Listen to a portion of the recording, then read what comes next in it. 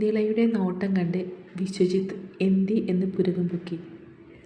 അതെ സാറേ, അന്ന് നമ്മൾ പോയ ആ തെങ്ങിൻതിട്ടയിൽ കെട്ടിയ തെങ്ങുകൾ കണ്ടല്ലോ. നല്ല മധുരങ്ങൾ കിട്ടാൻ വഴിയുണ്ടോ? നിളയുടെ പെട്ടെന്നുള്ള ചോദ്യത്തിൽ വിശ്വജിത്തും പ്രജിനും അമ്പരന്നു. സേതി തലയിൽ കൈവച്ചു. ഇവളോട് പറഞ്ഞത് എന്താ, ഇവൾ ചെയ്യുന്നത് എന്താ? സേതി വേഗം അവളുടെ കയ്യിൽ പിടിച്ചു വലിച്ചു. മോള് ഹോസ്റ്റലിൽ കയറാൻ നോക്ക്, കിട്ടോ കിട്ടില്ലയോ എന്നൊക്കെ ഞാൻ അന്വേഷിച്ചിട്ട് പറയാം. സേതി പിടിച്ചു വലിച്ചിട്ട് പോവാതെ നോക്കുന്നവളെ കണ്ട് ഇത്തിരി ഗൗരവത്തിൽ പറഞ്ഞുകൊണ്ടവൻ മുന്നോട്ട് നടന്നു. കിട്ടാണേൽ ഒപ്പം സാറിൻ്റെ കമ്പനിയും വേണം. അവൻ നടന്നു നീങ്ങിയതും നില വിളിച്ചു പറഞ്ഞു. വിശ്വജിത്തിൻ്റെ മുഖത്ത് ഗൗരവം മാറി ഒരു ചിരി തെളിഞ്ഞു. എന്നാലും അവൻ തിരിഞ്ഞു നോക്കിയില്ല. ഇതൊരു കാന്താരിയാണല്ലോ.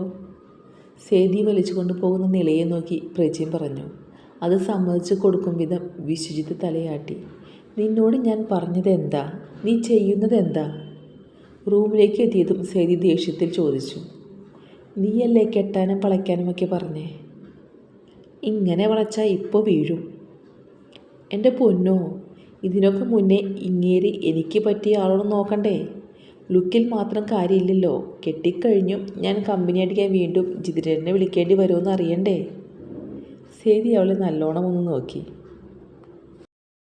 നീ നോക്കണ്ട, എന്തായാലും സനിച്ചേട്ടനെ വിട്ടു. അപ്പോൾ പിന്നെ വേറൊരാളെ തപ്പണമല്ലോ. അത് നിൻ്റെ ജിത്തേട്ടനായിക്കോട്ടെ. നീ ഒരു ആഗ്രഹം പറഞ്ഞിട്ട് ഞാൻ കേട്ടില്ലെന്ന് വേണ്ട. നില സേതിയുടെ താടിയിൽ പിടിച്ച് കുലുക്കിക്കൊണ്ട് ഡ്രസ്സ് എടുത്ത് ബാത്റൂമിലേക്ക് കയറി. സേതി ആശ്വാസത്തോടെ ബെഡിലേക്ക് ഇരുന്നു. ജിത്തേട്ടനായി ഇവളോട് ഇഷ്ടം പറയുന്നത് നോക്കിയിരുന്നാൽ ഒന്നും നടക്കാൻ പോണില്ല. ഇതാകുമ്പോൾ നില തന്നെ മുൻകൈ എടുത്തോളും. ഇനി ജിത്തേട്ടൻ എന്തെങ്കിലും ഒരു തുറന്നു ഭാഷ നടത്തുമ്പോൾ ഇവളെൻ്റെ ചീട്ട് കീറാതിരുന്നാൽ മതി, സേതി സ്വയം പറഞ്ഞു. അമ്മമ്മ കഴിക്കാൻ കൊടുത്തുവിട്ട ഐറ്റംസ് ബാക്കി ഇരിക്കുന്നത് കൊണ്ട് ചായ കുടിക്കാൻ രണ്ടാളും മെസ്സിലേക്ക് പോയില്ല. പാക്കറ്റ് കേക്കും ബോട്ടിൽ ജ്യൂസും കഴിച്ച് രണ്ടാളും പഠിക്കാനുള്ള ബുക്കൊക്കെ എടുത്ത് ബെഡിലേക്ക് കയറിയിരുന്നു. ആ സമയത്താണ് സേതിയുടെ ഫോണിൽ അമ്മയുടെ കോൾ വരുന്നത്. സാധാരണ ജോലിക്ക് പോയി വന്ന് വീട്ടിലെ പണിയൊക്കെ ഒതുക്കിയ ശേഷമാണ് ശ്വേത വിളിക്കൽ പതിവ്. അതുകൊണ്ട് തന്നെ എന്തേലും അത്യാവശ്യ കാര്യം കാണുമെന്ന് അവൾക്ക് ഉറപ്പായി. സേതി കോൾ എടുത്തതും അമ്മയുടെ നീട്ടിവിളിയിൽ അവളൊന്ന് പേടിച്ചു. എന്തേലും ടെൻഷൻ വരുമ്പോഴാണ് അമ്മയ്ക്ക് ഈ വിളി. എന്താ എന്താ അമ്മേ? സേതു ഒന്ന് വീണു മോളെ. അയ്യോ, വലുതും പറ്റിയോ അവന്? കാലിൽ പൊട്ടലുണ്ട്, പ്ലാസ്റ്റർ ഇട്ടു. പേടിക്കാൻ വേറെ ഒന്നുമില്ല, കൈയൊന്നും ഉറിഞ്ഞിട്ടുണ്ട്. എന്താ ഉണ്ടായത്, തെളിച്ചു പറ. നിങ്ങളിപ്പോൾ എവിടെയാ? ശരത്തങ്ങളില്ലേ? അവൻ സ്കൂളിൽ സ്റ്റെപ്പ് കയറിയപ്പോൾ സ്ലിപ്പായെന്നാണ് പറഞ്ഞത്. സ്കൂളിൽ നിന്ന് ഫോൺ വന്നപ്പോൾ ഞാൻ പേടിച്ചു പോയി. ഹോസ്പിറ്റലിലേക്ക് ചെല്ലാനാണ് അവർ പറഞ്ഞത്. ഞാൻ വിളിച്ചു പറഞ്ഞതുകൊണ്ട് ശരത്തും പെട്ടെന്ന് എത്തി. കാലിന് മാത്രമുള്ളൂ, വേറെ കാര്യമായി ഒന്നുമില്ല.